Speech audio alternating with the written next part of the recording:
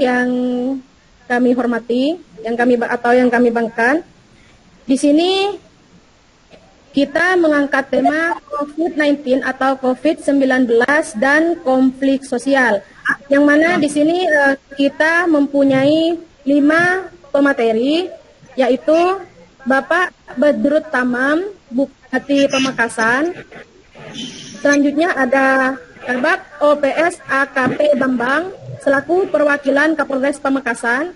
Dan selanjutnya ada Dr. Ahmad Marsuki MM selaku Kepala Dinas Kesehatan Kabupaten Pamekasan. Dan selanjutnya ada Bapak Imaduddin SOSNSI selaku Ketua Ikatan Alumni Unira. Dan yang terakhir ada Kanda Nur Ali selaku Kabid PAO HMI Cabang Pamekasan. Saya ucapkan selamat datang dan selamat bergabung kepada seluruh pemateri pada sore hari ini. Selamat datang Bapak. Di sini tema adalah COVID-19 dan COVID sosial.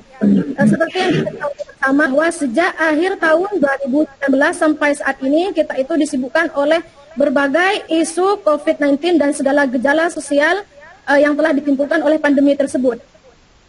Dan pandemi COVID-19 di sini telah berdampak secara sistematik dan multidimensional kepada hampir semua aspek kehidupan. Namun yang paling menonjol di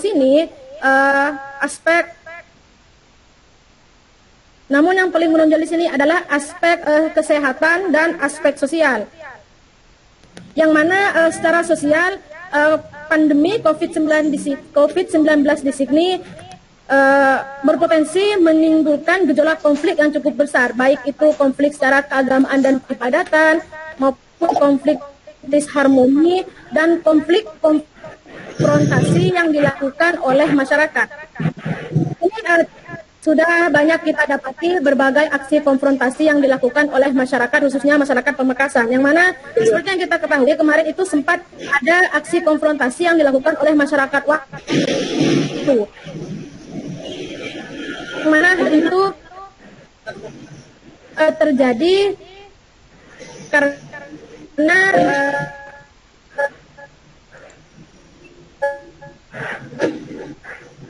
minimnya masyarakat kepada terjadi penjemputan jenazah karena mereka itu mempunyai isu negatif bahwa itu hanyalah sebuah rencana yang dilakukan oleh kepala daerah untuk mendapatkan BLTDD dari pemerintah. Dan untuk menjawab segala isu sudah menghadirkan 5 pemateri yang mana hal itu akan dikupas tuntas oleh pemateri kita pada sore hari ini. Dan untuk yang pertama di sini langsung perwakilan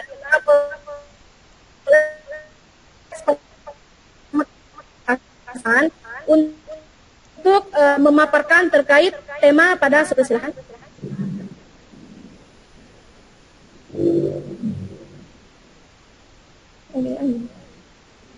Assalamualaikum warahmatullahi wabarakatuh. Waalaikumsalam warahmatullahi wabarakatuh. Saya AKP Bambang Sugiarto, Kabak Polres Pamekasan. Terkait apa yang sudah tadi dipaparkan, terkait ada yang beberapa terkait masalah jenazah yang misalkan menjadi topik pada sore hari ini, dari pihak kepolisian, dari pihak kami, tidak bosan-bosannya kami memberikan informasi, baik itu terkait masalah bahaya COVID itu sendiri, kemudian selain masalah bahaya COVID itu sendiri juga dari pihak kami bekerja sama dengan pihak Dinas Kesehatan, baik itu di rumah sakit, baik di rumah sakit Sumat maupun rumah sakit Muhammad Nur, dari pihak kepolisian bekerja sama dengan rumah sakit tersebut untuk melaksanakan pengamanan. Kita bekerja sama selain dengan rumah sakit juga bekerja sama dengan Satpol PP maupun kemudian dengan tenaga dari Kodim 0826. Kita meminimkan apa yang menjadi terjangkitnya terkait masalah virus COVID-19 ini, kita meminimkan dengan upaya kita berupaya semaksimal mungkin dengan melaksanakan koordinasi antara baik itu Satgas Kecamatan maupun di Satgas Kabupaten. Sehingga pada saat terjadi misalkan kasus positif meninggal dunia, ini kita upayakan adanya koordinasi dari Satgas Kabupaten ke Satgas Kecamatan. Sehingga dan pada saat itu juga pada saat pengiriman jenazah kita juga kita koordinasi dengan rumah sakit untuk dilakukan pengamanan sampai jenazah tersebut bisa sampai ke rumah duka dan dilakukan sesuai dengan protokol COVID-19. Untuk paparan yang akan kami jelaskan kepada rekan-rekan semua, ya kita masukkan paparan. Kita masukkan paparan, Mbak, mohon waktu. Saya akan masukkan paparan saya.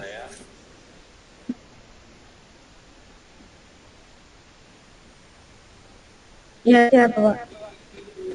Waktu.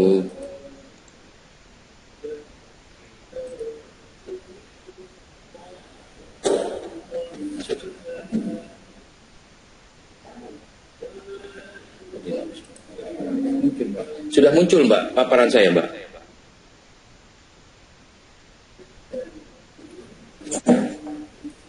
Ya, paparan sudah muncul belum? Belum, ya.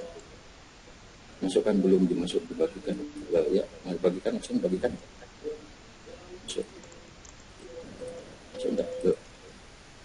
Mana paparan? Ya, ini masuk paparan saya, Mbak, ya. Rekan-rekan, mungkin sudah masuk paparan. Ya, kami lanjutkan. Ini paparan kami dari Bakopolres Pamekasan terkait pertama situasi umum, kondisi dan persebaran COVID-19, kemudian kasus menonjol dan upaya-upaya apa yang kami lakukan terkait juga giat Kampung Tangguh maupun giat Ponpes Tangguh. Ya, lanjut. Situasi umum Polres Pamekasan yang perlu kami informasikan kepada rekan-rekan bahwa untuk Trigrata maupun demografi jumlah penduduk ini kurang lebih 811.330 jiwa. Untuk luas wilayah 792,30 km, sumber daya alam yang ada batu bata, pasir laut, tembakau, jagung maupun garam. Untuk rasio dari satu Polri ini harus bisa mengayomi 1073 orang. Pancagatra terdiri dari ideologi, politik, ekonomi, sosial, budaya, yang mana keamanan jumlah Polri di sini 800 kami dari Polres Pamekasan. Kita mempunyai kekuatan 813 personil kepolisian dan 22 pegawai negeri sipil. Ya, lanjut. Untuk kondisi dan persebaran COVID, Mbak, yang selama ini kami rekap, ini kami sudah bekerja sama dengan Dinas Kesehatan. Jadi untuk saat ini yang positif di Kabupaten Pamekasan sebanyak 109 dengan persebaran yang sudah sedemikian rupa, ini yang sudah merah. Ya, lanjut.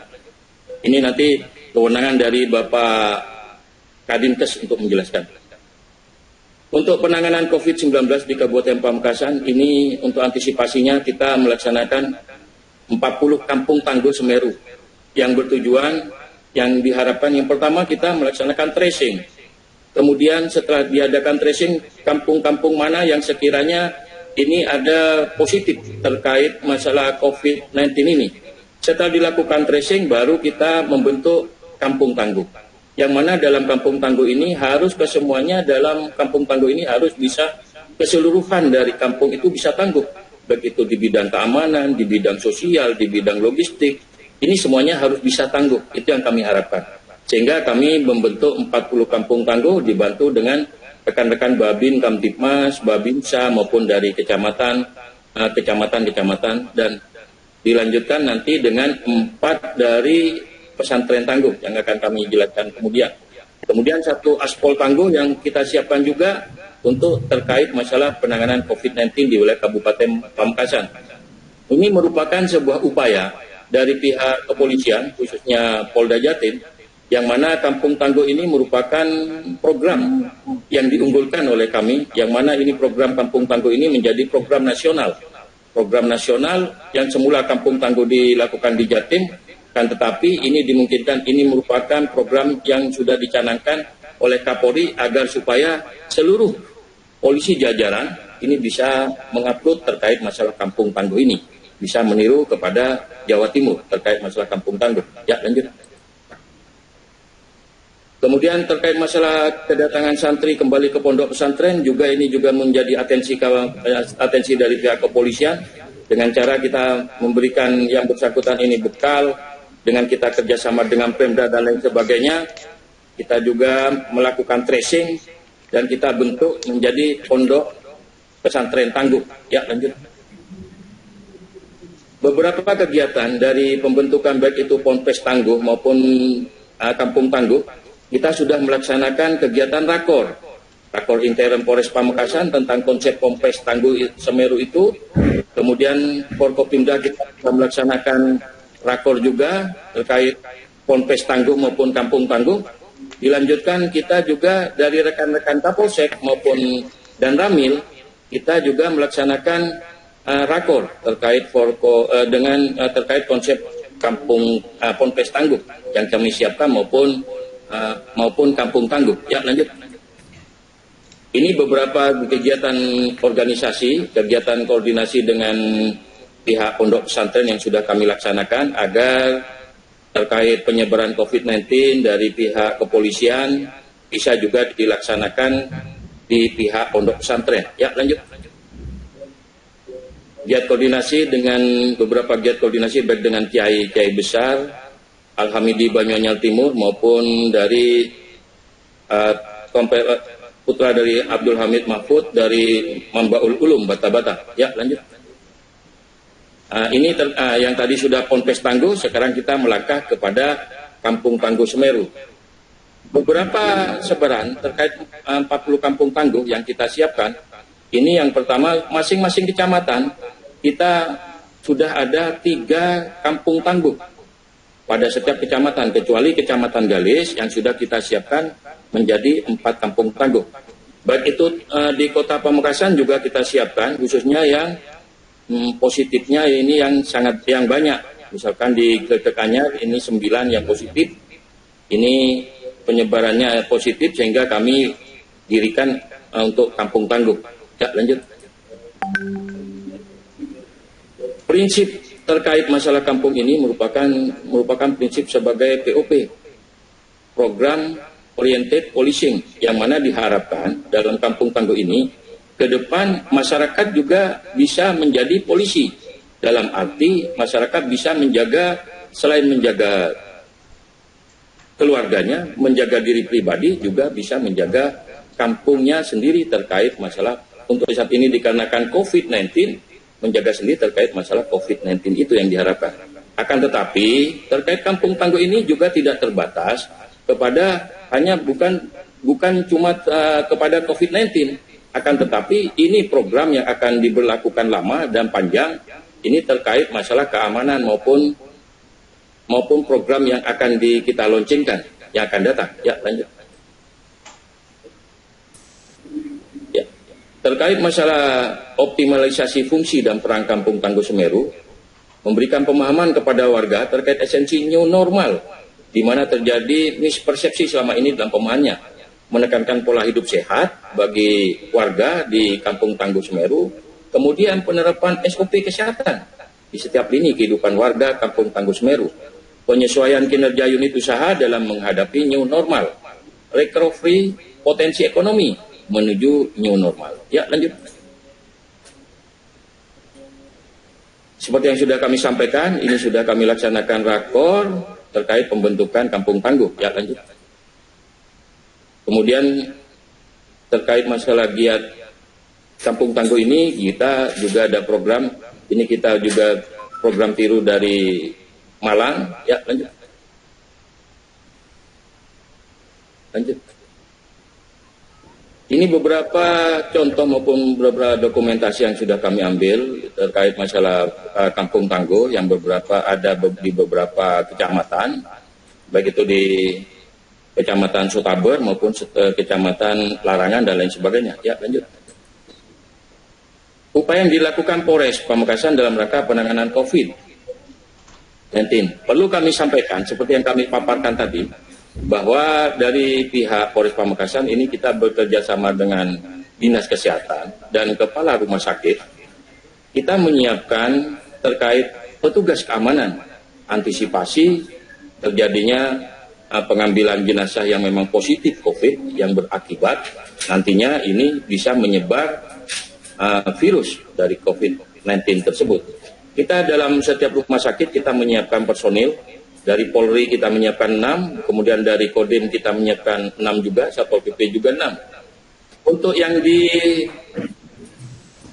berada di rumah sakit Waru, kita menyiapkan sama kekuatannya. Di Waru kita menyiapkan kekuatan yang sama, terkait kekuatan personil keseluruhannya sama, memiliki kekuatan personil 18. Hanya yang berada di rumah sakit Semat kita memaksimalkan sebanyak kurang lebih 22 personil. Ya, lanjut. Selain itu juga ada posko terpadu COVID.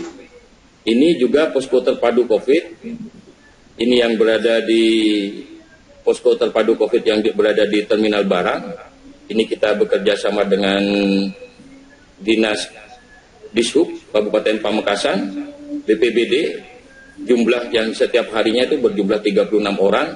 Kemudian pos checkpoint, ini yang berada di Propo. Kemudian pos checkpoint Terminal Barang juga kita persiapkan sebanyak 46 orang. Pos penyekatan yang berada di Batu Marmar sebanyak 36 orang. Ini kerjasama dengan rekan-rekan Pemda, yang baik itu dari Dishub, dari BPBD, dari Dinas Kesehatan, semua kita kita melaksanakan keterpaduan. Masing-masing instansi berpadu kita untuk melaksanakan pos pengamanan, checkpoint, terkait penyekatan, mencegah persebaran dari COVID-19 di Kabupaten Pamekasan. Ya, lanjut. Kemudian ada beberapa upaya yang dilakukan terkait bidang operasional. Kita di bidang intern, di bidang kepolisian, kita melaksanakan kebersihan, kemudian kita melaksanakan olahraga, kemudian selain itu kita juga berupaya bagaimana caranya supaya personil dari kepolisian ini juga membiasakan diri dalam bercuci tangan, melakukan cek kesehatan menggunakan termogan. Tidak luput pula kita juga bekerja sama dengan rekan-rekan Dishub dan Satpol PP maupun BPBD, kita menghimbau masyarakat yang masih melaksanakan berkumpul, melaksanakan masyarakat yang masih kumpul-kumpul untuk perkumpulan massa, untuk kita bisa menghimbau kepada masyarakat untuk segera membubarkan diri. Itu kerjasama dengan unsur Pemda maupun dengan unsur dari Kodim 0826. Ya, lanjut. Kemudian tidak kalah penting, setiap hari Jumat maupun Sabtu, kita juga melaksanakan Jumat malam maupun Sabtu physical distancing. Di beberapa titik lokasi, di kawasan pemukiman kita melaksanakan physical distancing. Dilaksanakan seminggu 2 kali. Ya, lanjut. Kemudian upaya yang dilakukan bidang operasional, kita juga bekerja sama dengan Dinas Kesehatan maupun Puskesmas melaksanakan checking ruang isolasi mandiri maupun karantina mandiri yang berada di wilayah Kabupaten Pamekasan. Kita melaksanakan checking berapa kesiapan dari ruang isolasi mandiri tersebut. Itu merupakan yang nomor 7 ini merupakan pos penyekatan masuk wilayah kota Pamekasan dan pos pantau terminal Ronggo Sukawati COVID-19. Ya, lanjut. Ya, lanjut. Ya, lanjut. Ya, lanjut. Ya, lanjut. Ya, lanjut. Ya, terus. Ya. Ya. Untuk kejadian menonjol. Ya, kami lanjutkan ya, Mbak ya. Untuk kejadian menonjol yang terjadi kemarin, pernah ada kejadian tanggal 10 Juni 2020, tepatnya 22.30 terjadi pengambilan jenazah pasien terkonfirmasi positif oleh keluarga pasien di Desa Waru Baru, Kecamatan Waru, Kabupaten Pamekasan. Untuk identitasnya sudah terdata. Ini pasien padahal sudah keluarganya sudah menerima untuk dilakukan protokol COVID. Dan tetapi masyarakat maupun ada sebagian keluarga yang tidak menerima sehingga jenazah tersebut dilakukan pengambilan dan sampai saat ini masih dalam proses lidik maupun sidik dari kepolisian. Ya, lanjut. Upaya yang telah kami lakukan, Mbak, kami yang jelas dikarenakan itu merupakan kegiatan dari protokol COVID ini merupakan kegiatan dari Satgas Kabupaten, yang mana di situ merupakan rekan-rekan dari rumah sakit yang melakukan pengiriman jenazah. Kami mengamankan kendaraan ambulan, kemudian menghimbau masyarakat untuk tidak bersifat anarkis, melakukan pengamanan dan pemantauan pelaksanaan giat yang dilakukan oleh masyarakat. Dan itu kita juga melakukan olah TKP. Dalam hal menghadapi hal-hal tidak diinginkan seperti kejadian serupa itu, beberapa kami sudah melaksanakan rapat koordinasi dengan Pemda Kabupaten Pamekasan. Ada mengantisipasi adanya keluarga pasien positif, kemudian melaksanakan penjagaan bersama dengan TNI dan instansi terkait di rumah sakit rujukan corona virus atau COVID-19 untuk mengantisipasi terjadinya permasalahan dimaksud tidak terulang kembali.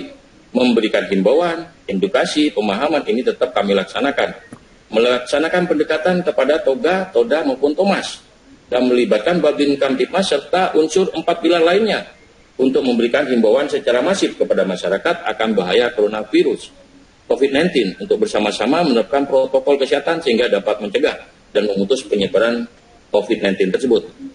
Melaksanakan penegakan hukum secara tegas dan terukur sebagaimana diatur dalam pasal 214, 335 dan 336 KUHP. Yaitu pasal 93 Undang-Undang Nomor 6 Tahun 2018 tentang kekarantinaan kesehatan terhadap keluarga, masyarakat dan pihak lain yang memaksa untuk membuat jenazah pasien positif corona virus DC tanpa mengindahkan protokol COVID tersebut. Sementara itu yang perlu kami sampaikan terkait masalah kejadian menonjol seperti yang Mbak Uwi tadi sampaikan dari pihak kepolisian, khususnya kami Kabak-Op. Selanjutnya nanti kita tinggal apa yang perlu dianukan kembali dari rekan-rekan. Ya. Baik, untuk Bapak AKP Bambang, saya ucapkan terima kasih atas pemaparannya tadi. Dan selanjutnya akan dilanjutkan kepada pemateri yang kedua, yaitu dari Dinas Kesehatan Kabupaten Pamekasan, Bapak Dr. Ahmad Marsuki MM. Kepada beliau kami persilakan. Terima kasih. Assalamualaikum warahmatullahi wabarakatuh. Waalaikumsalam warahmatullahi wabarakatuh. Saya dari Dinas Kesehatan akan memberikan beberapa informasi tentang COVID-19 dan webinar siang ini tentang COVID-19 dan konflik sosial. Perlu diketahui bahwa konflik 19 ini merupakan suatu wabah atau pandemi yang awal mulanya diperkirakan di akhir tahun 2019. Berikutnya menyebar ke beberapa negara di dunia, termasuk Indonesia. Indonesia ternyata bisa menyebabkan pandemi atau wabah yang betul-betul wabah, dan ditetapkan oleh pemerintah bahwa Indonesia menjadi wabah pandemi mulai tanggal 11 Maret tahun 2020. Sehubungan dengan virus corona yang bisa menyebabkan COVID-19 yang disebut COVID-19 ini, sebenarnya ada beberapa hal yang perlu saya sampaikan. Bahwa virus corona ini virus yang betul-betul replikasi baru dari virus-virus sebelumnya. Dan virus corona itu betul-betul ganas, sehingga kita harus betul-betul mencegah supaya tidak tertular atau bisa dicegah dengan beberapa tindakan yang harus kita lakukan. Virus corona ini masuknya lewat selaput lendir. Perlu kita ketahui bahwa selaput lendir yang ada di tubuh kita bisa lewat selaput lendir mata, kemudian selaput lendir hidung, selaput lendir mulut. Jadi gimana supaya kita bisa mencegah virus tersebut jangan sampai melewati selaput lendir tersebut.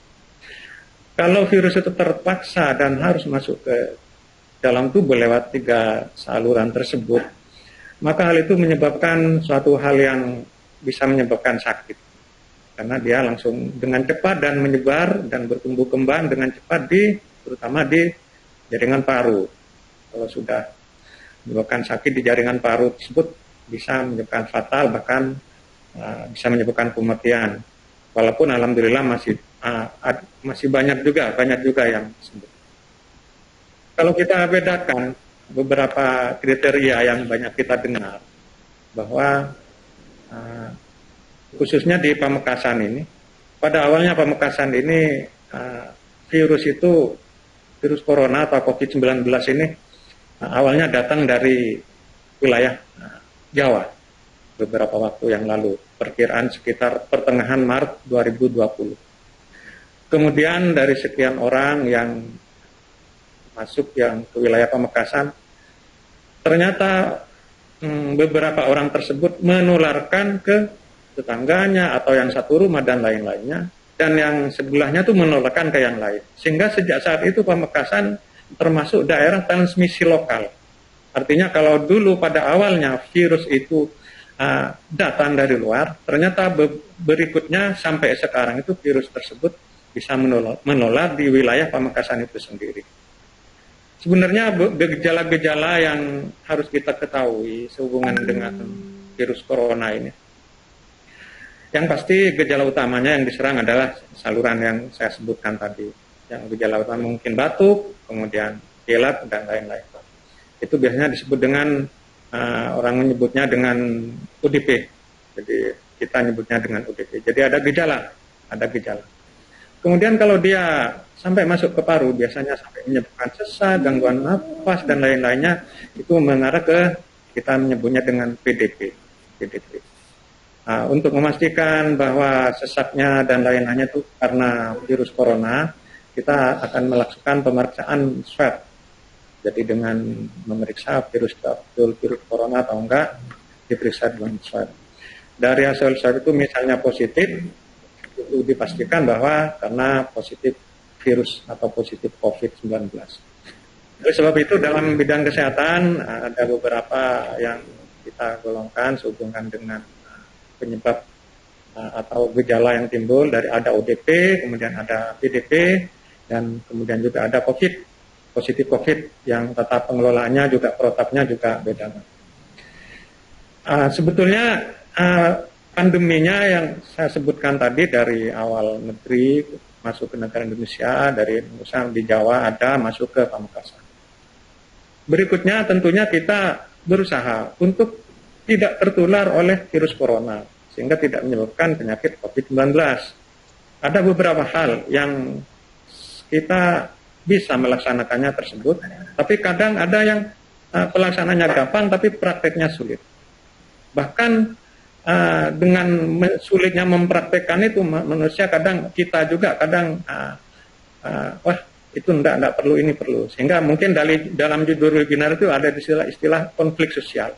Kalau saya mendefinisikan konflik sosial dalam webinar itu yaitu karena tidak berhasil melaksanakan protokol kesehatan atau kurang bisa melaksanakan protokol kesehatan tersebut, sehingga ada konflik sosial.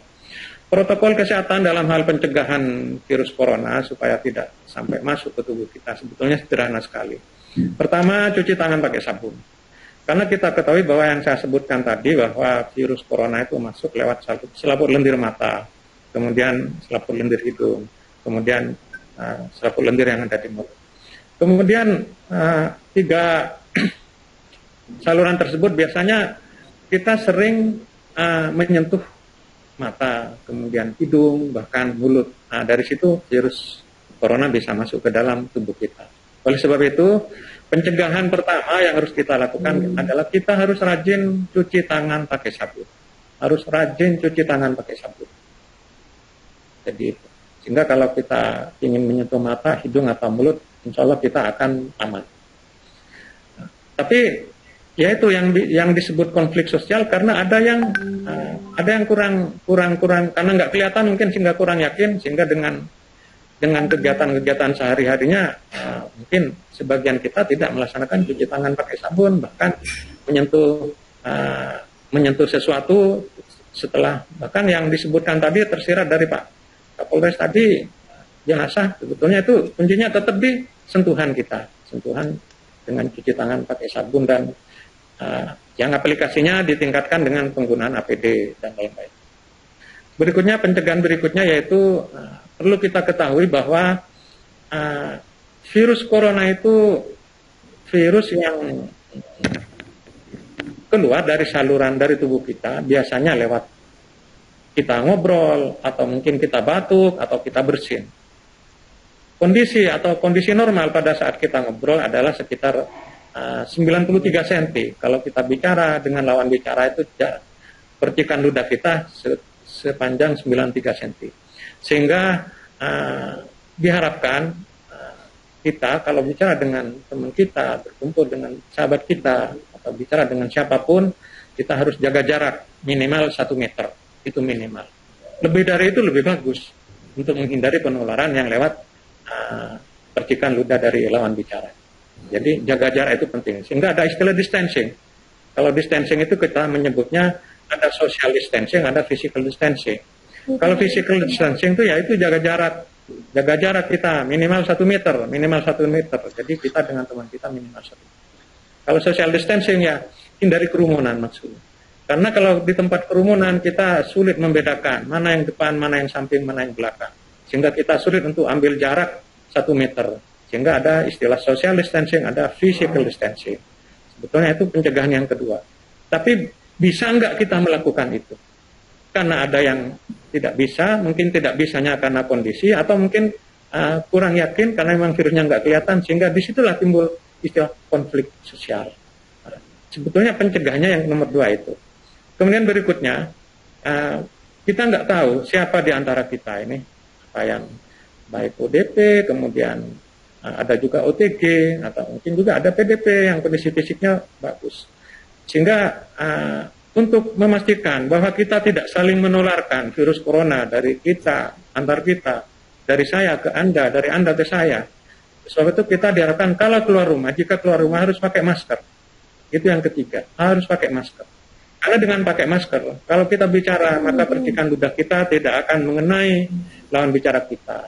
Demikian juga teman kita yang ngobrol tidak akan mengenai percikan ludahnya di tempat kita. Jadi secara fisik jelas itu pencegahannya tiga yang dari luar itu. Yang manifestasinya banyak, dari cuci tangan pakai sabun, otomatis ada mungkin air yang mengalir harus ada, kemudian sabun juga ada, kemudian jaga jarak. Yang pasti sebenarnya virus corona itu tidak sekian hari hidup di lingkungan itu. Kalau lingkungan kita selalu bersih, selalu kita beri desinfektan, kemudian kita rajin membersihkan lantai dengan pel dan lain-lain, insya Allah virus corona itu akan segera tidak berkembang biak. Tentu saja kita sudah berusaha gimana kita supaya cuci tangan pakai sabun, kemudian jaga jarak atau distancing, berikutnya juga dengan pakai masker. Mungkin kita sekali-sekali atau pada saat tertentu lupa atau lalai tidak melaksanakan ketiga hal tersebut, terpaksa dan ternyata virus corona masuk ke dalam tubuh kita. Sebenarnya virus corona itu kita nggak tahu kecuali dilakukan langsung tes swab. Kalau terlanjur masuk ke tubuh kita, itu namanya antigen. Tubuh kita sebetulnya punya kekuatan, imunitas. Nanti imunitas tubuh itu dengan adanya antigen, virus corona yang masuk ke tubuh kita sebetulnya bisa melawan yang disebut antibody. Antibody kita itu akan bagus, akan bertumbuh dengan bagus kalau kondisi fisik kita itu bagus. Supaya kita selalu kondisi fisik bagus, maka ada beberapa hal yang harus kita lakukan, apalagi sehubungan dengan wabah pandemi COVID-19 saat ini. Pertama, untuk menjaga kondisi fisik tubuh kita, pertama kita harus istirahat yang teratur, antara 6 sampai 8 jam sehari. Karena mungkin kalau kurang dari 6 jam, kondisi tubuh kita kurang fit. Jadi diharapkan istirahat dengan teratur 6 sampai 8 jam. Kemudian berikutnya makan makanan yang bergizi, bahkan kalau bisa ditambah dengan vitamin-vitamin. Karena dengan gizi yang bagus, insya Allah tubuh kita akan menghasilkan antibodi yang juga bagus. Kemudian berikutnya olahraga teratur. Jadi kita tetap tidak meskipun WFH atau bekerja di rumah tetap melaksanakan olahraga. Kemudian yang berikutnya untuk meningkatkan kondisi tubuh dengan bagus yaitu hindari stres. Karena kalau kondisi kita kondisi stres maka akan menurunkan daya tahan tubuh. Jadi 4 hal yang perlu diperhatikan untuk pencegahan supaya virus corona ini bisa tidak masuk dalam tubuh. Pertama, cuci tangan pakai sabun, kemudian distancing, yang berikutnya pakai masker, terus berikutnya untuk meningkatkan vitalitas tubuh. Selanjutnya, upaya yang dilakukan oleh Dinas Kesehatan sehubungan dengan pandemi COVID yang saya sampaikan tadi, dan sehubungan juga dengan pencegahan. Kita pilih beberapa kegiatan yang dilaksanakan oleh kesehatan. Pertama, kita melakukan promotif preventif. Sebetulnya promotif preventif itu kalau betul-betul dipahami, betul-betul dipatuhi, itu sebetulnya kepada Kepala Dinas Pamekasan, waktunya tinggal 3 menit. Promotif preventif yang kita tekankan tetap berpusat pada yang 4 tadi. Jadi pertama, cuci tangan pakai sabun, gimana masyarakat supaya bisa melaksanakan, baik itu di rumah, di kantor, atau di tempat umum.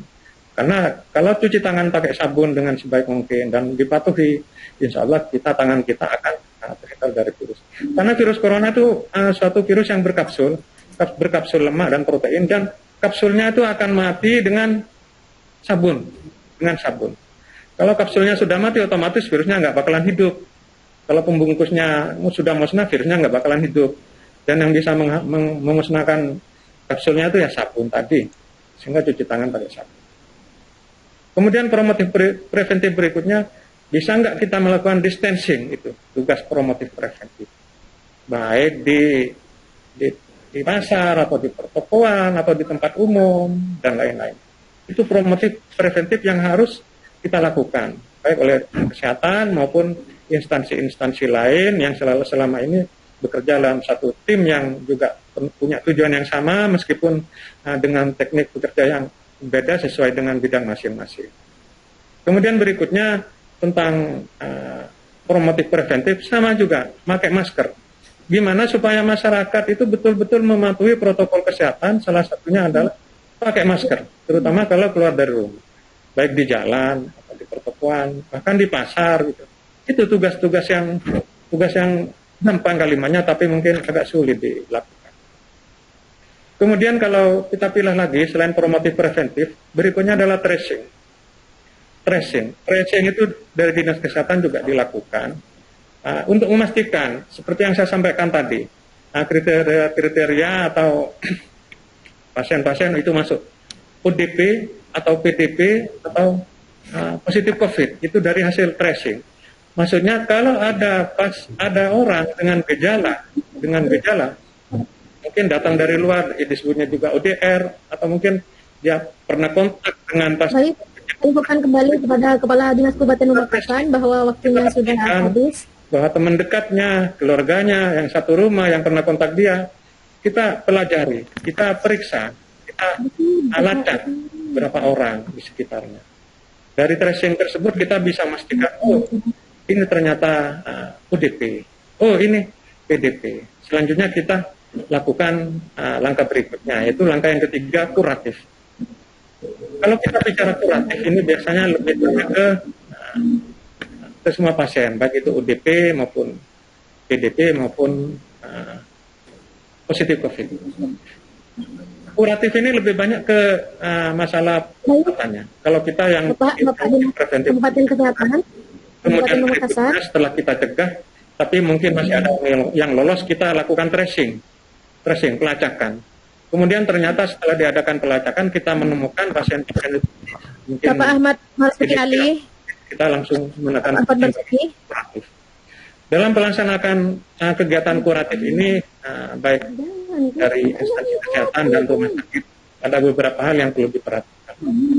Bahwa di Pamekasan ini, dalam melaksanakan tracing, alhamdulillah, tugas kita cukup semangat. Kepada Kepala Dinas Kabupaten Pamekasan, saya infokan bahwa waktunya sudah habis, Bapak. Ya, 1 menit lagi. 1 menit lagi. Jadi di Pamekasan ada rumah sakit rujukan, ada rumah sakit gawat darurat, juga ada rumah isolasi. Untuk rumah sakit rujukan ada rumah sakit Muhammad Nur dan rumah sakit Selamat Martodirjo. Selamat Martodirjo ada sekitar 26 tempat tidur, Muhammad Nur ada 9 tempat tidur. Kemudian untuk rumah sakit darurat, rumah sakit baru ada 24 tempat tidur. Kemudian untuk rumah observasi di Islamic Center sebanyak 30 tempat tidur. Diharapkan dengan kegiatan kuratif yang kita lakukan, dengan fasilitas yang ada, semua pasien-pasien itu baik ODP, kemudian maupun PDP, maupun termasuk COVID positif, kita bisa melaksanakan pemantauan dan perawatan lebih baik, sehingga pasien-pasien tersebut bisa ke arah lebih sembuh. Kesimpulannya bahwa semua kegiatan-kegiatan yang ada, kuncinya adalah di pencegahan yang saya sampaikan tadi. Sehingga virus corona itu bisa betul-betul hilang kalau kita secara bersama-sama mengadakan pencegahan secara bersama-sama. Jadi ini bukan tugas perorangan, tapi tugas kelompok, tugas kita semua. Terima kasih. Assalamualaikum warahmatullahi wabarakatuh. Baik, terima kasih saya ucapkan kepada Dr. Ahmad Marzuki MM atas pemaparannya tadi, dan selanjutnya saya langsung serahkan kepada Bapak Badrut Tamam selaku Bupati Pamekasan, dan saya ucapkan selamat datang dan selamat bergabung di grup kami karena beliau baru hadir ya, baru bergabung. Silahkan, kami langsung persilahkan kepada beliau. Silahkan Bapak.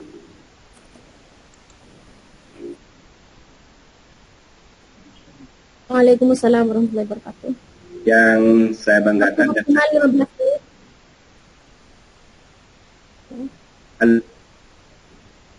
ya? Ya. Oke. Yang saya hormati Pak Kapolres,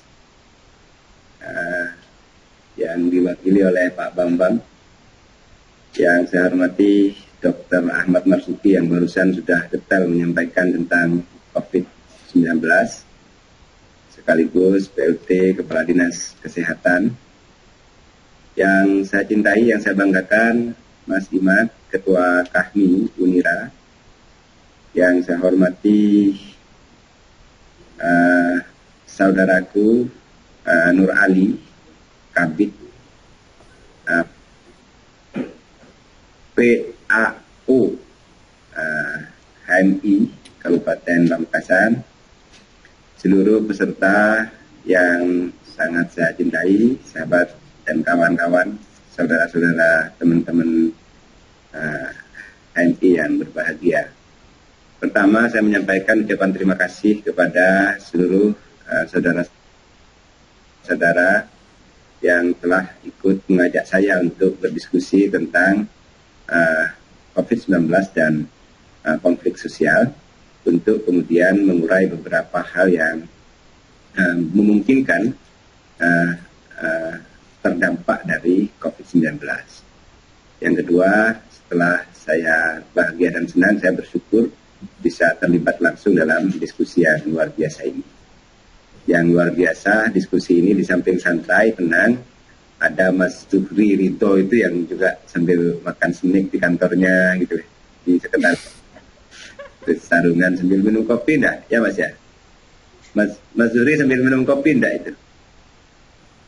Ya, sambil minum kopi. Yang lain-lain juga bisa terlibat. Ada yang songkoknya miring ini, Mas Imad kok sampai miring songkoknya, itu gimana? Oh ya, Mas Imad ini. Ada yang agak gelap ini, Mas Ali Bustami.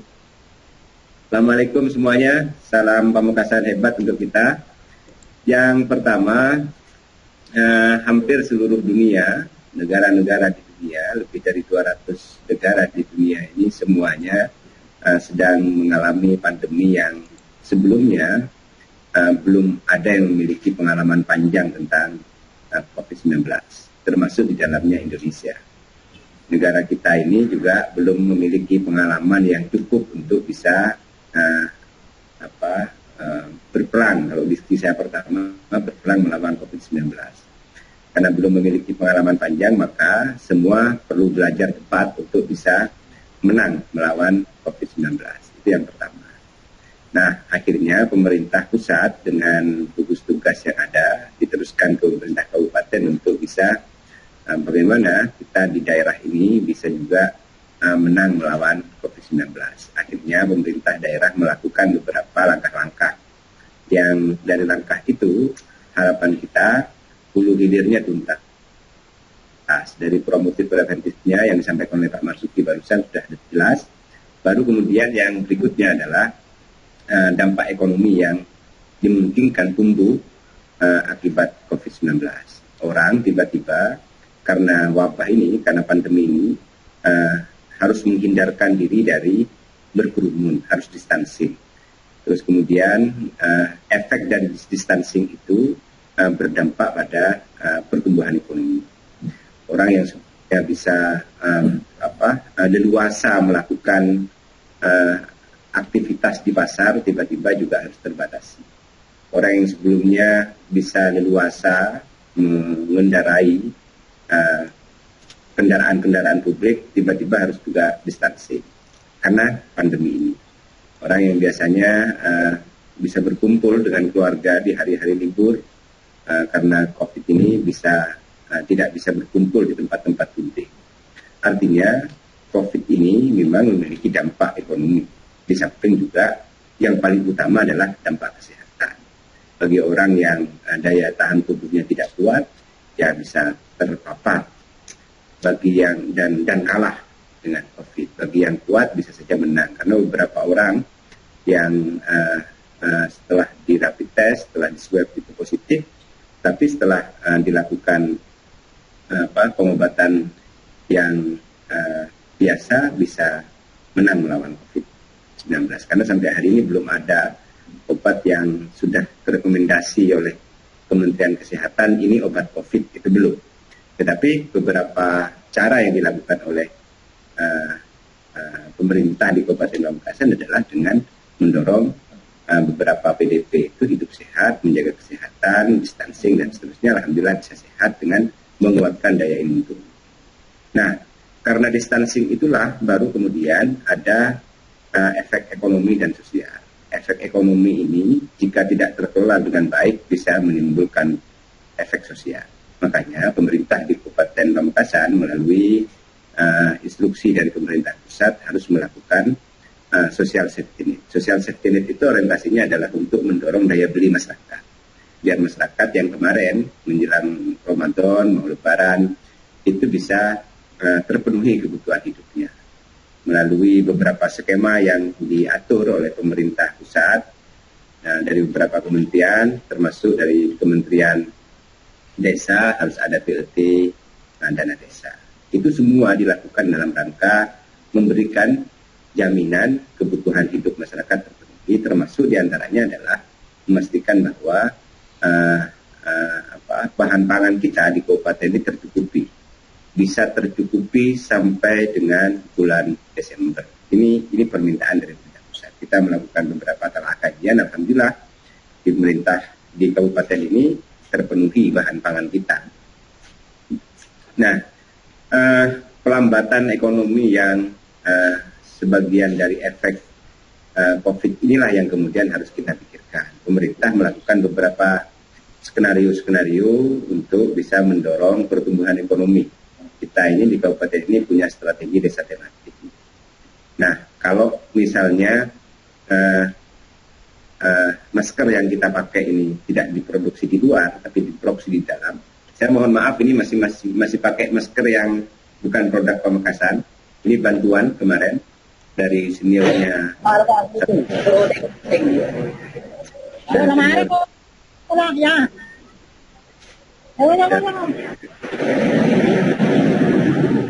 Dari seniornya seluruh saudara-saudara dari Pak Mahfud MD didapat masker ini. Nah, itu dalam rangka untuk kita memproduksi masker di beberapa desa dalam rangka untuk memiliki nilai tambah dari beberapa IKM-IKM yang ada di desa-desa.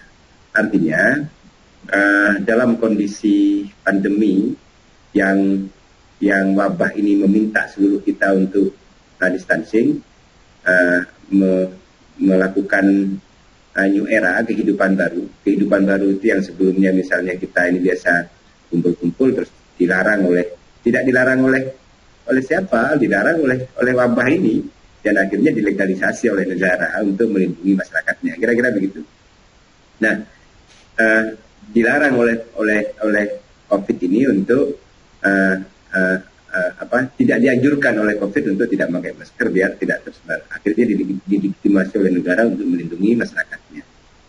Terus kemudian hidup sehat. Nah, hidup sehat itu memang merupakan kewajiban kita sebagai muslim, itu harus hidup sehat.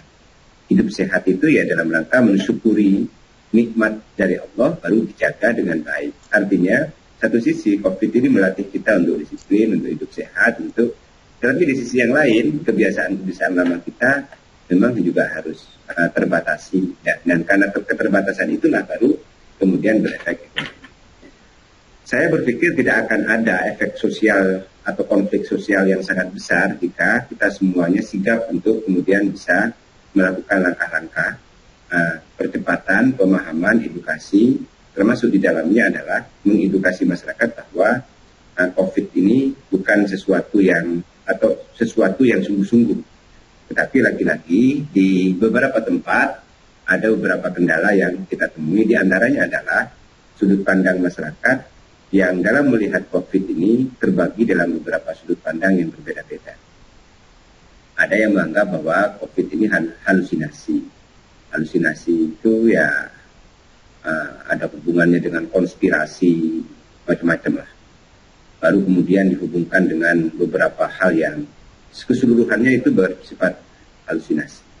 Ada yang juga menganggap, yang kedua, menganggap bahwa COVID ini adalah berdampak kepada ekonomi. Oke, ya memang betul berdampak terhadap ekonomi karena efek distancing itu. Baru kemudian yang ketiga, kesehatan, sudut pandang kesehatan, ya memang betul yang disampaikan Pak Marzuki barusan betul semua.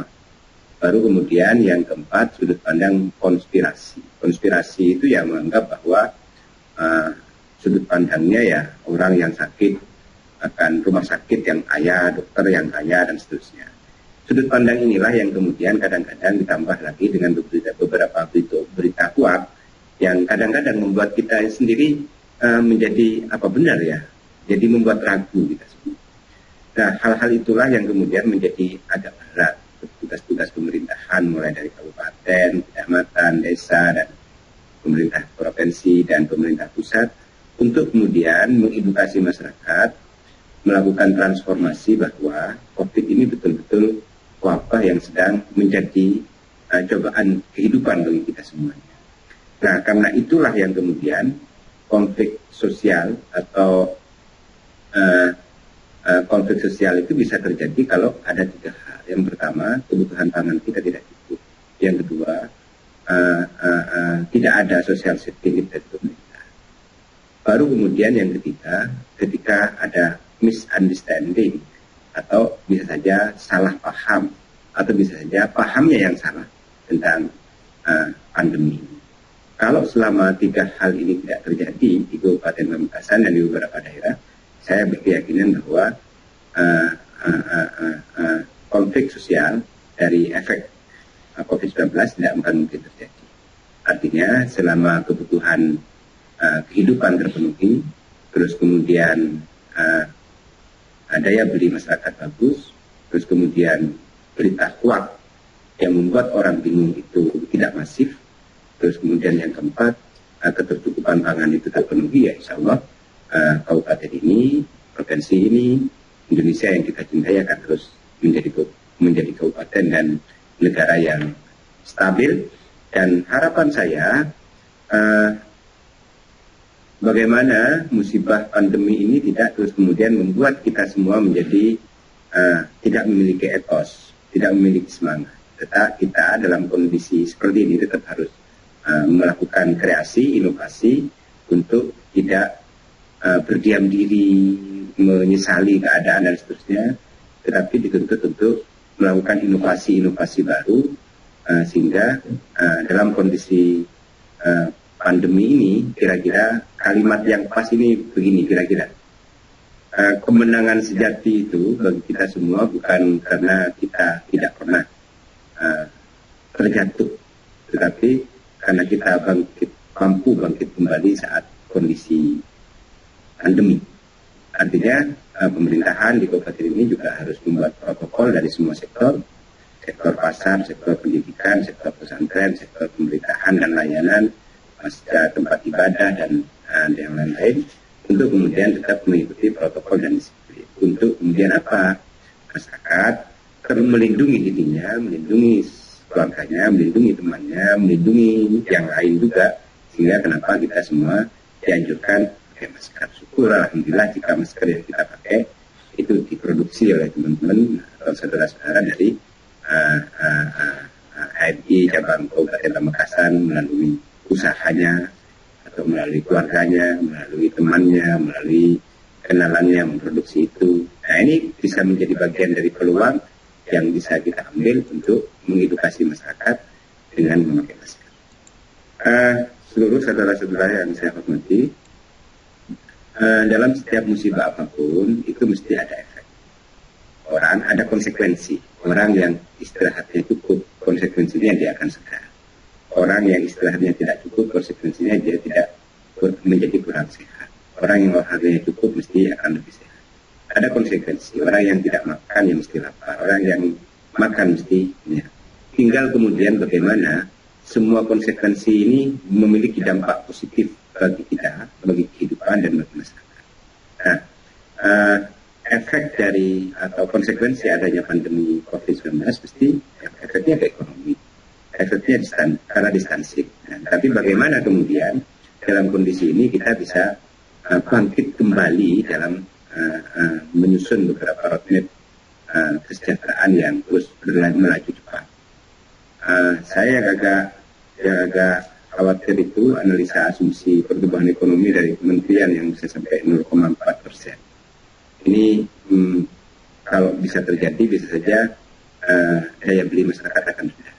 Tapi saya masih optimis daya beli kita akan semakin bagus jika dengan catatan kita ini mampu berkreasi, mampu melakukan inovasi untuk terus bisa hidup tumbuh,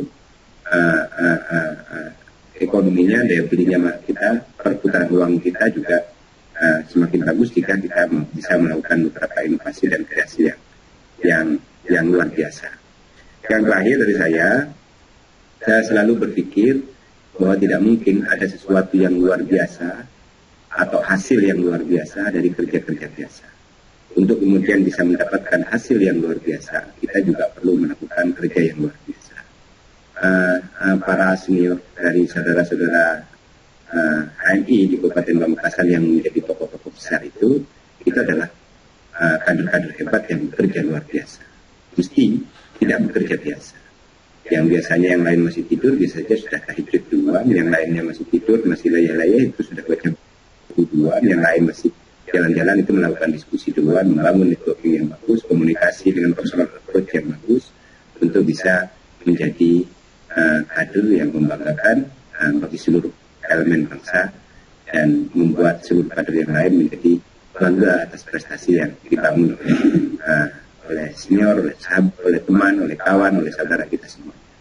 Yang paling penting, pesan saya yang terakhir, tetap menjadi yang terbaik, karena orang yang luar biasa itu perlu melakukan langkah yang luar biasa untuk mendapatkan hasil yang luar biasa berkat pertolongan dari Allah Subhanahu wa Ta'ala. Yang paling akhir dari saya ingin menyampaikan taqabbalallahu minna wa minkum taqabbal ya karim, mohon maaf lahir batin. Mudah-mudahan semua kader HMI menjadi orang sukses semua. Mudah-mudahan juga seluruh elemen organisasi kepemudaan, kemahasiswaan di Pamekasan menjadi orang hebat semua, membanggakan organisasinya, membanggakan saudara, kawan, dan sahabatnya, serta bisa membawa nama harum Pamekasan, Madura, dan Indonesia. Terima kasih untuk kita semua. Saya mohon maaf jika tidak bisa ikut sampai tuntas, karena saya harus acara yang lain. Salam hormat untuk seluruh saudara-saudaraku, Ketua Umum, Ketua Komisariat, Ketua Cabang, dan seluruh para aktivis yang berkeinginan kuat untuk menjadi generasi bangsa hebat. Terima kasih. Assalamualaikum warahmatullahi wabarakatuh. Waalaikumsalam warahmatullahi wabarakatuh. Terima kasih saya ucapkan kepada Bapak Badrut Tamam selaku Bupati Pamekasan dan juga mengakhiri diskusi dari ketiga instansi tadi. Dan selanjutnya kita beralih kepada pemateri dan dari non-instansi, yang mana untuk yang pertama akan saya serahkan kepada Bapak Imamuddin selaku IKA Unira. Kepada beliau kami persilahkan. Itu diulang. Moderator, diulang. Yang benar nyebut nama seniornya. Diulang namanya itu, diulang. Salah. Baik, mohon maaf kami ralat. Selanjutnya dari pemateri non-instansi yaitu Bapak Imaduddin Esos MSI. Kepada beliau kami persilahkan. Sudah benar itu sudah. Namanya sudah benar.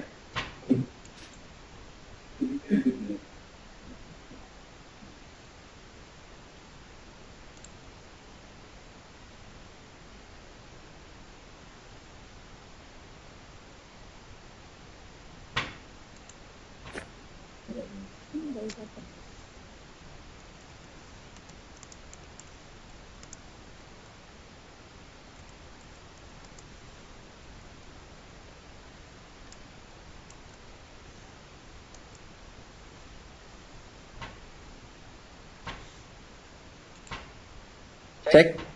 Assalamualaikum warahmatullahi wabarakatuh. Masuk suara saya? Masuk. Moderator. Cek. Masuk bang. Asik, baik. Terima kasih, Sok.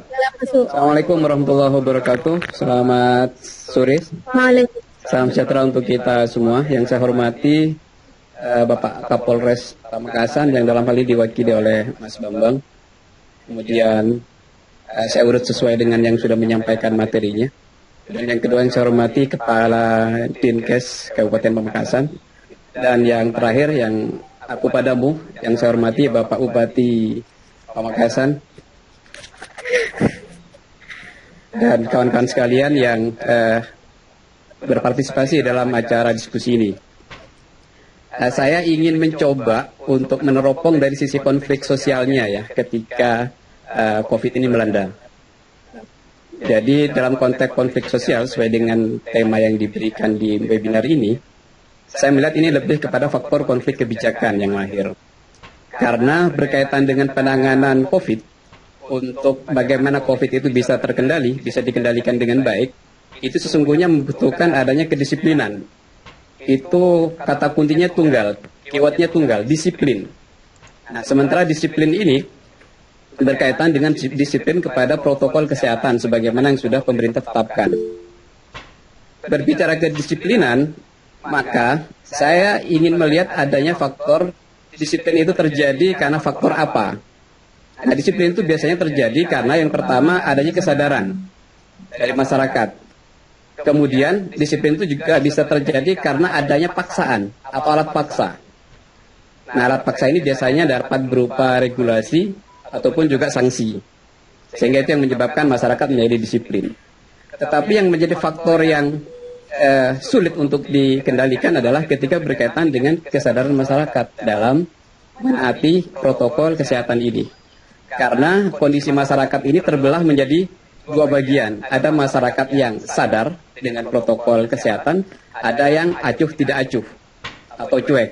Sehingga kemudian konflik ini juga bisa berawal dari faktor adanya kesadaran masyarakat, di mana seseorang yang ingin menyadarkan pihak yang lainnya cenderung kemudian disalahkan hanya karena beda pemahaman terhadap bagaimana membuat masyarakat menjadi sadar. Nah, akar dari konflik ini sesungguhnya kalau menurut pandangan saya itu lebih kepada adanya public distrust, adanya ketidakpercayaan publik, terutama kepada pemerintah dalam buat kebijakan ini. Sehingga kemudian karena ketidakpercayaan ini melahirkan konflik. Akar konflik ini terjadi karena adanya distrust publik tersebut. Sehingga ketidakpercayaan publik terhadap setiap kebijakan ataupun apa yang disampaikan oleh pemerintah itu menjadi sesuatu yang berpolemik di tengah-tengah masyarakat kita. Akar konflik itu dapat disebabkan oleh dua hal. Yang pertama adalah berkaitan dengan informasi publik. Dan yang kedua adalah berkaitan dengan tauladan elit. Jadi informasi publik ini, akar konfliknya disebabkan karena adanya informasi yang kurang komprehensif, yang lahir dan disampaikan kepada masyarakat.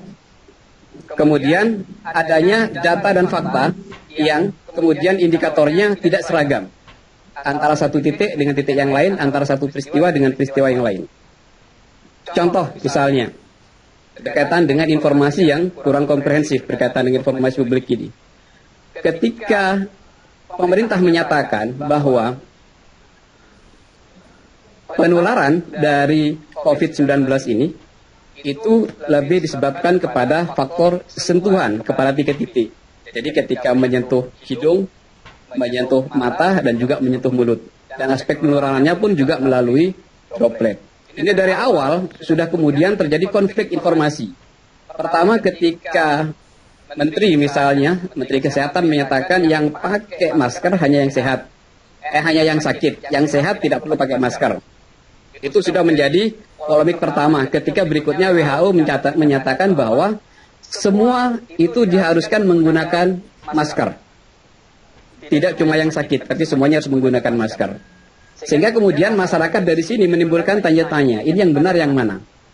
Harus yang sakit menggunakan masker atau keseluruhannya harus menggunakan masker? Itu berkaitan dengan adanya informasi yang tidak utuh. Kemudian yang kedua, ini berkaitan dengan informasi publik juga berkaitan dengan penyajian data dan fakta. Lagi-lagi ini menyebabkan disiplin masyarakat menjadi rendah dan kemudian juga melahirkan konflik di tataran masyarakat. Fakta Pamekasan pernah terjadi kasus ketika ada pasien, kalau tidak salah pasien nomor 1 yang beramat di Kecamatan Bademau, dinyatakan negatif dan meninggal. Ketika sudah dimakamkan beberapa hari kemudian, itu dinyatakan positif. Informasi ini semuanya disampaikan kepada publik. Nah, ketika informasi pertama dinyatakan negatif, maka prosedur pemakamannya tidak menggunakan prosedur protokol kesehatan sebagaimana untuk memakamkan pasien COVID. Nah, ketika dinyatakan positif, maka secara prosedural, orang-orang yang bersentuhan dengan jenazah itu harus di-tracing. Untuk kemudian dilakukan tes, apakah dia terpapar atau tidak. Nah, hasil dari ini, itu sepertinya belum pernah diinformasikan kepada publik. Cek. Jadi hasil dari tracing itu sepertinya belum pernah diinformasikan kepada publik. Apakah betul orang-orang yang telah bersentuhan dengan jenazah itu semuanya positif atau bagaimana hasilnya? Nah, ini juga menjadi kebingungan publik juga ketika disandingkan dengan informasi yang lain. Bagaimana kasus terakhir misalnya di Kabupaten Sampang yang satu keluarga meninggal secara berurutan. Itu juga menjadi faktor karena adanya informasi yang tidak utuh dan fakta-fakta yang tidak tersampaikan kepada publik. Kasus di beberapa tempat yang kemudian mengambil jenazah secara paksa dan sebagainya, masyarakat bersentuhan dengan jenazah, itu sampai sekarang belum terdata dan terinformasikan secara terstruktur kepada masyarakat. Apakah betul orang-orang yang sudah bersentuhan langsung itu memang kemudian menjadi positif atau tidak? Mestinya pemerintah menjadikan ini sebagai data pembanding antara tempat yang satu dan tempat yang lain dengan fakta-fakta yang seragam. Ketika faktanya adalah ada orang meninggal positif COVID ditangani dengan cara biasa, apakah kemudian melahirkan positif kepada orang-orang di sekitarnya yang terpapar? Ini belum pernah tersajikan dengan baik, tersistematis kepada masyarakat. Sehingga masyarakat mengambil kesimpulan sendiri bahwa seperti yang disampaikan oleh Bupati tadi, bisa jadi ini memang karena faktor konspirasi, bisa juga karena ada faktor ekonomi, bisa juga bukan karena faktor politik dan sebagainya. Itu bisa mungkin karena adanya informasi yang tidak utuh disampaikan kepada masyarakat. Kemudian faktor konflik yang kedua adalah karena tauladan elit. Elit dalam konteks ini lebih saya arahkan kepada elit pemerintah, di mana elit pemerintah ini mestinya memberikan contoh yang baik kepada masyarakat dalam berperilaku dan dalam berstatement. Dalam konteks perilaku, misalnya, saya yang mencoba menasihati orang-orang agar tidak berkumpul, agar melakukan distancing, akan melakukan jaga jarak, baik fisik maupun sosial, kemudian terbantahkan, terpatahkan dengan argumentasi mereka yang menyatakan bahwa pemerintahnya tidak menaati itu. Kenapa kami harus patuh itu? Ada fakta kemudian ketika saya tegur beberapa teman yang kumpul-kumpul, mereka malah menunjukkan pada waktu itu bulan puasa, video, di mana video itu acara buka bersama ibu-ibu, yang menurut mereka adalah di halaman belakang pendopo kabupaten, yang sama sekali tidak ada protokol kesehatannya, semuanya ngumpul, ambil makanan bareng-bareng, bahkan ada anak kecilnya. Nah, itu menjadi ketika informasi itu keluar diketahui publik, maka itu menjadi referensi bagi publik bahwa COVID ini tidak berbahaya, tidak seperti yang disampaikan oleh pemerintah.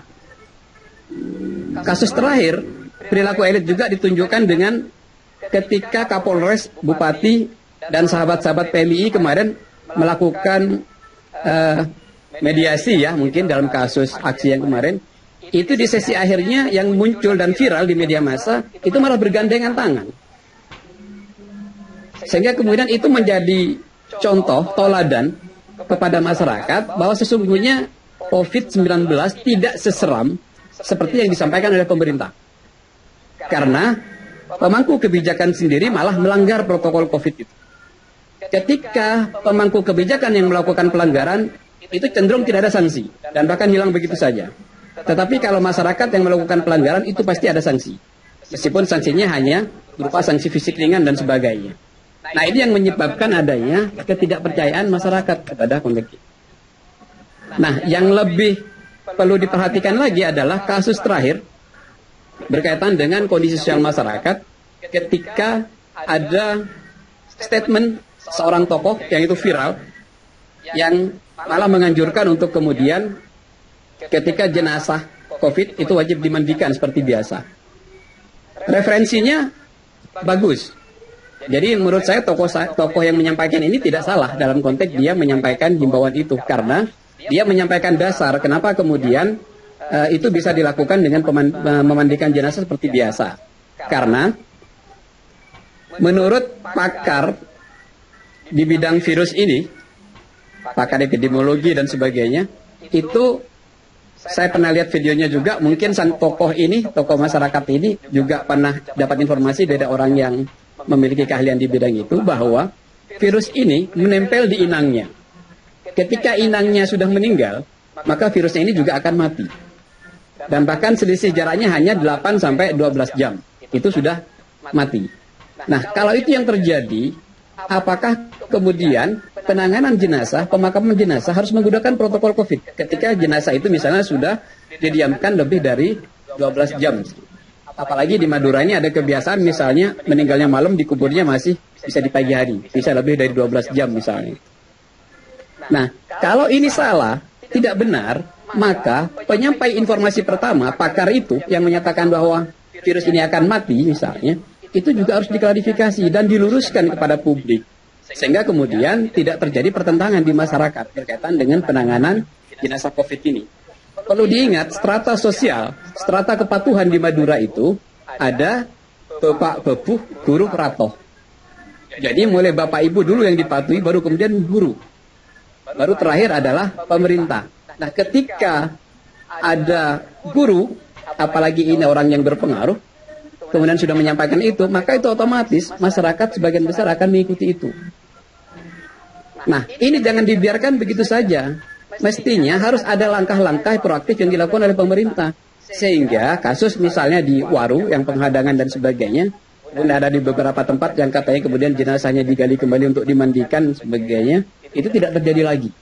Nah, disinilah peran negara, peran pemerintah untuk hadir, meluruskan dalam rangka untuk menghindari terjadinya konflik yang berkepanjangan. Sehingga kalau kita bisa mengembalikan kepercayaan publik terhadap informasi tentang COVID-19 ini, pernak-perniknya dan sebagainya, maka saya yakin masyarakat akan kembali juga untuk bisa menaati disiplin ini.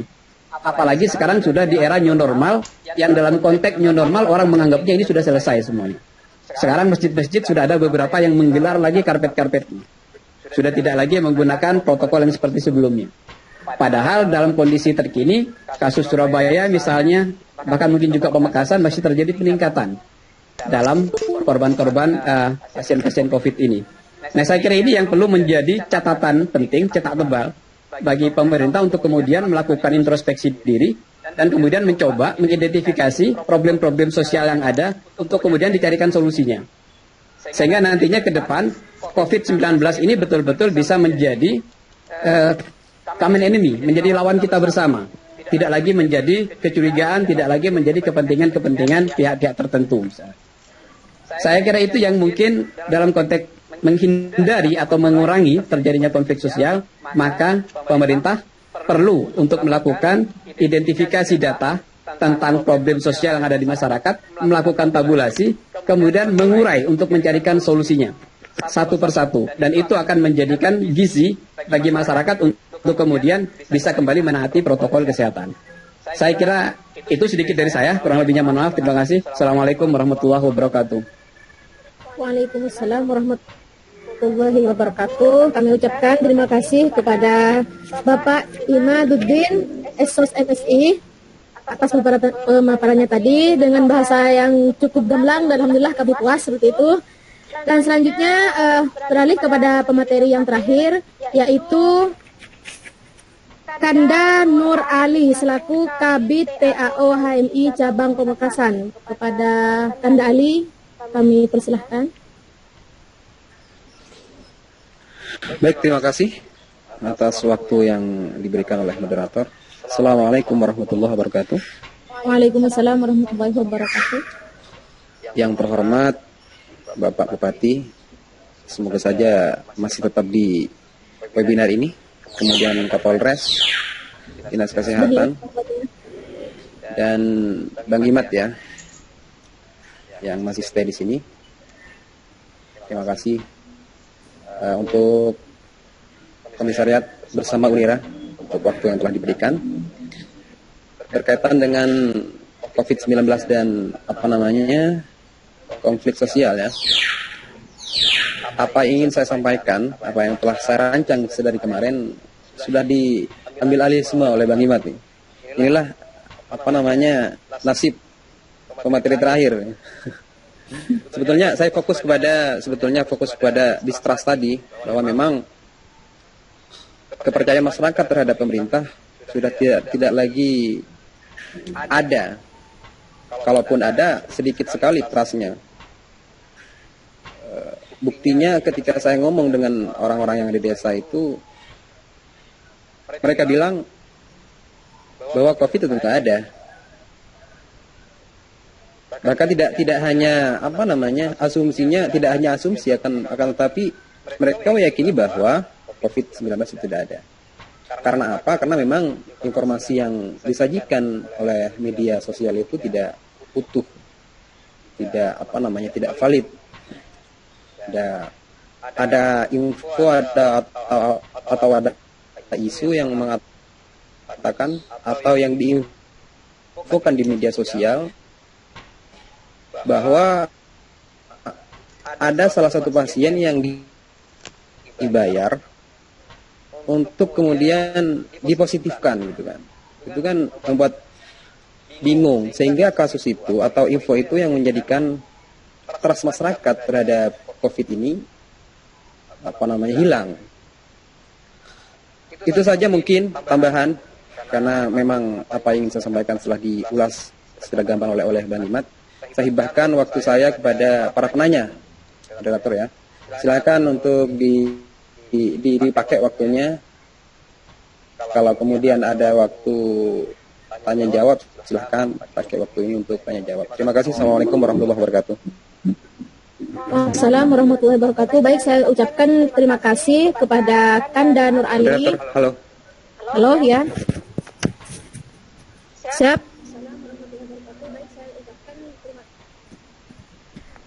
Baik, saya ucapkan terima kasih kepada Kanda Nur Ali selaku narasumber terakhir pada sore hari ini, dan selanjutnya beralih pada sesi tanya jawab, yang mana di sini akan ada dua cermin. Untuk cermin yang pertama akan ada 3 penanya, dan di sini sistemnya untuk bertanya silahkan via chat yang ada di samping. Di samping Google Meet itu ada chat, dan silahkan bertanya, bisa sampaikan pertanyaan Anda di sana, dan nanti saya akan seleksi pertanyaan tersebut dan akan saya sampaikan kepada narasumber yang Anda tuju, seperti itu.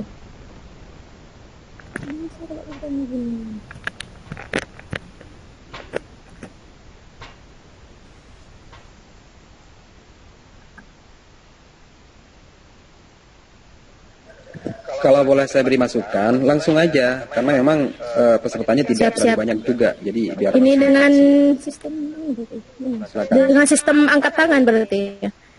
Soalnya ini tidak kelihatan semua ini Kanda. Baik, yang pertama ada Kanda Usni, silahkan untuk menyampaikan pertanyaannya.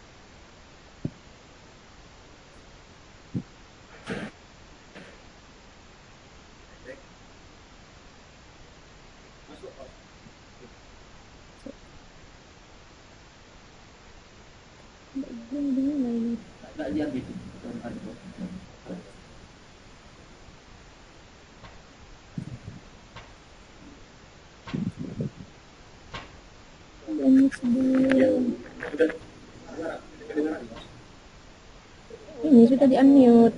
Tepat.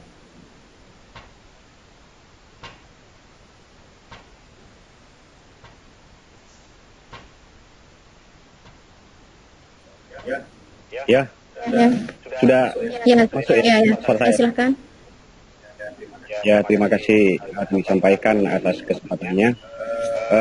Pertama, saya ucapkan banyak terima kasih kepada pihak-pihak terkait yang telah kami undang dalam acara webinar ini. Yang pertama kami sampaikan kepada Bapak Bupati Pamekasan juga selaku Ketua Gugus Tugas Penanganan Percepatan COVID-19 di Kabupaten Pamekasan. Semoga slogan Pamekasan hebat tidak hanya sekedar omongan belaka. Lalu yang kemudian saya sampaikan terima kasih kepada Bapak Kapolres Pamekasan yang diwakili oleh Bapak Bambang pada kesempatan kali ini. Dilanjut dengan Kepala Dinas Kesehatan Bapak Dr. Marzuki dan juga kepada Imat yang saya rasa pemaparan pada kesempatan kali ini cukup menarik. Dan yang terakhir kepada pengurusan Ijabah Pamekasan Negara Datur Ali, terima kasih telah berkenan hadir pada kesempatan kali ini. Langsung saja. Jadi yang pertama saya lebih ingin menyampaikan kritik terhadap instansi kepolisian, lebih khusus Polres Pamekasan. Jadi pada saat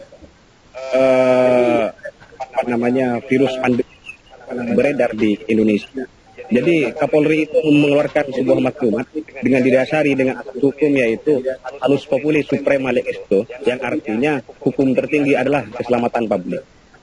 Jadi maklumat itu melarang segala bentuk kerumunan, menghalau segala bentuk kerumunan, sehingga di mana ada kerumunan pihak terkait berusaha membubarkan. Namun yang kami rasa ataupun yang saya rasa tidak untuk penerapannya itu terbang tinggi. Maklumat Kapolri itu tidak cukup untuk untuk masuk ke semua lini. Ini hanya berlaku kepada kalangan masyarakat. Misal contohnya jika ada masyarakat atau kerumunan anak muda itu di warung kopi, ini dibubarkan. Namun pada saat bulan puasa kemarin, ketika Bupati mengadakan buka bersama dengan seluruh kepala desa itu, asas yang dipakai ataupun maklumat Kapolri itu tidak dapat untuk menindak tegas. Padahal beliau, Bupati Kabupaten Pamekasan itu merupakan ketua gugus tugas yang bagaimana seharusnya pimpinan itu memberi contoh yang baik. Itu yang pertama. Lalu yang kedua, edukasi yang dilakukan oleh pemerintah terhadap masyarakat itu kurang efektif. Di media sosial pihak-pihak seperti Dinas Kesehatan ataupun pihak-pihak terkait itu terlalu menggunakan bahasa yang terlalu tinggi untuk dapat dikonsumsi ataupun dicerna oleh masyarakat kalangan bawah. Jadi kurangnya edukasi ke bawah itu kami rasa itulah salah satu yang menjadi penyebab sehingga kurang kepercayaan dari masyarakat terhadap pemerintah yang bersangkutan. Jadi alangkah lebih baik mungkin, karena ini kan persoalannya bukan hanya di kota ataupun di tempat-tempat tertentu, tapi ke semua tempat, bahkan sampai ke pelosok-pelosok. Mungkin langkah yang lebih ideal yang dapat dilakukan oleh pihak-pihak terkait, terutama oleh Dinas Kesehatan, itu melakukan edukasi, memberikan pengertian terhadap masyarakat sehingga masyarakat itu bisa memahami.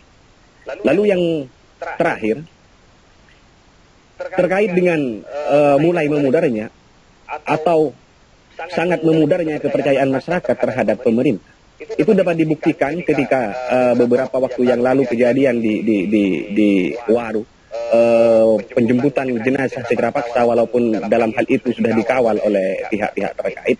Ini sangat membuktikan bahwa masyarakat tidak lagi percaya. Kalau saya boleh berikan saran, ada beberapa cara yang lebih humanis. Artinya bisa saja jenazah yang dinyatakan reaktif ataupun mengidap ataupun terpapar oleh pandemi virus itu serahkan kepada keluarganya. Tapi dengan satu catatan, semua pihak-pihak yang terlibat dalam memandikan, menguburkan ataupun mengafani dan menyolatkan, mereka harus memakai alat protokol sesuai yang dianjurkan pemerintah, APD, alat pelindung diri. Jadi tidak ada lagi yang namanya cemburuan ataupun ketidakpercayaan masyarakat kepada pemerintah. Mungkin hanya itu yang dapat saya sampaikan. Mungkin bisa ditanggapi oleh pihak-pihak terkait. Ya, kami sampaikan terima kasih. Billahi taufiq wal hidayah. Wassalamualaikum warahmatullahi wabarakatuh.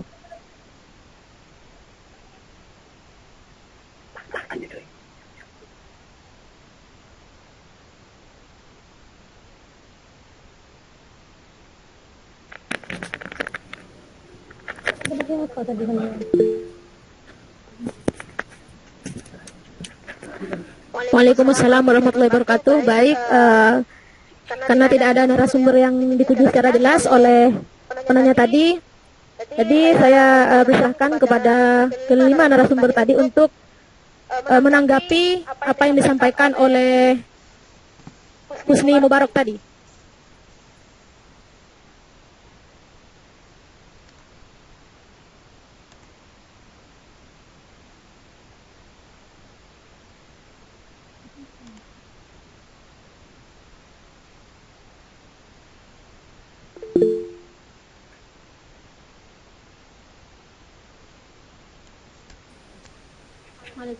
Ya, Assalamualaikum warahmatullahi wabarakatuh. Apa yang disampaikan tadi oleh Bapak rekan-rekan dari Pak Muhammad Iqbal ya Mbak ya, Muhammad Iqbal. Iya Bapak.